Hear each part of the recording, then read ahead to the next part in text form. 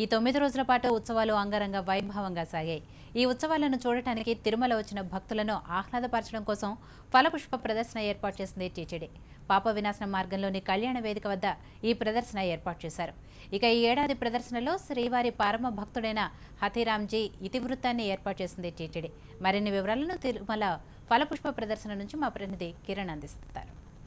కోరుకుంటే ఆ కోరికలన్నీ తీరుతాయని చెప్పి భక్తుల యొక్క విశ్వాసం. ఈ నేపథ్యంలోనే తరతరాలుగా తిరుమలకు వచ్చి ఇక్కడే స్వామివారి యొక్క దివ్య మంగళ రూపం, దాంతోపాటు ఇక్కడ ఉన్నటువంటి ఆహ్లాదకరమైన వాతావరణము, ఆధ్యాత్మిక వైభవాన్ని చూసి ఇక్కడే భక్తులుగా మారిపోయి తమ జీవితాంతం స్వామివారి సేవలోనే గడిపిన భక్తులు కోకొల్లలు ఉన్నారు.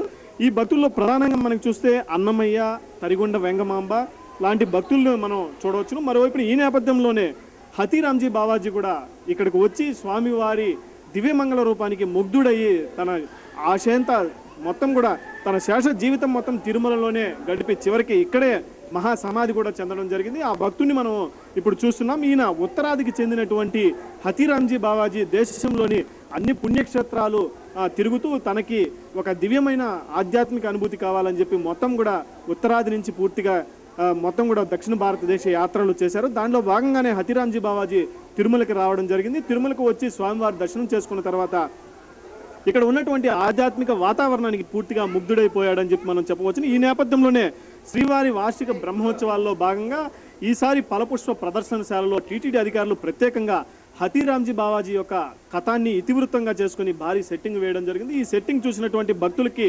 హథీరామ్జీ బావాజీ గురించి తెలియడం జరుగుతుంది.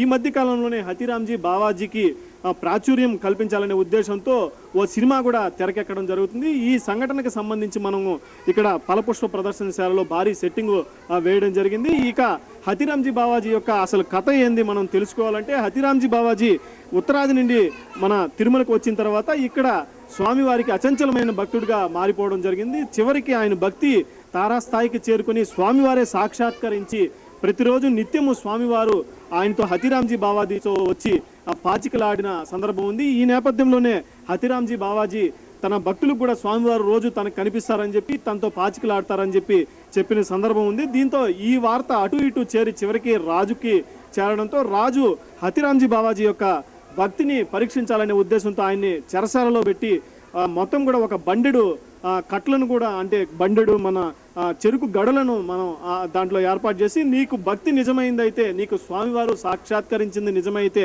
ఒక్కరోజు రాత్రిలో ఈరోజు రాత్రికే నువ్వు చెరుకు గడులు మొత్తం కూడా తినాలని చెప్పి హథీరామ్జీ బావాజీకి రాజు నిర్దేశించి మొత్తం కూడా పటిష్టమైన భద్రతను పెట్టి వెళ్ళిపోవడం జరిగింది. అయితే హథీరామ్జీ బావాజీ స్వామివారి నామస్మరణలతోనే రాత్రంతా గడిపి కంటి కునికి తీయడం నేపథ్యంలో వెంటనే స్వామివారు గజేంద్ర మోక్షంలో ఏ విధంగా అయితే మొసలికి మోక్షాన్ని స్వామి కటాక్షించారో అదే విధంగానే తన భక్తుడి కోసం ఈ చెరసాలకి ఒక ఏనుగు రూపంలో స్వామివారు రాత్రికి వచ్చి రాత్రికి మొత్తం కూడా చెరుకు గడులన్నీ పూర్తిగా తినేయడం జరిగింది. ఉదయాన్నే వచ్చినటువంటి రాజు ఈ చెరుకు గడులను తినేయడాన్ని మొత్తం చూసి స్వామివారి యొక్క హథీరామ్జీ బావాజీ యొక్క భక్తికి ముగ్ధుడై స్వామి తాను క్షమించాల్సిందిగా హథీరామ్జీ బావాజీని కోరడం జరిగింది. ఈ నేపథ్యంలోనే మొత్తం కూడా హథీరామ్జీ బావాజీ యొక్క భక్తి మొత్తము తిరుమల వస్తున్నటువంటి భక్తులతో పాటుగా మొత్తము దేశం మొత్తం కూడా వ్యాపించడం జరిగింది. ఈ నేపథ్యంలోనే హథీరామ్జీ బావాజీ యొక్క ఖ్యాతిని మొత్తం కూడా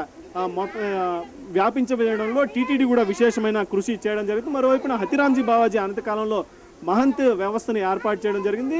తర్వాత సమాధి కూడా చెందడం జరిగింది. ఇది హథీరామ్జీ బావాజీ యొక్క ఇతివృత్తము. కెమెరా పర్సన్ శ్రీనాథ్తో కిరణ్, HM TV తిరుమల.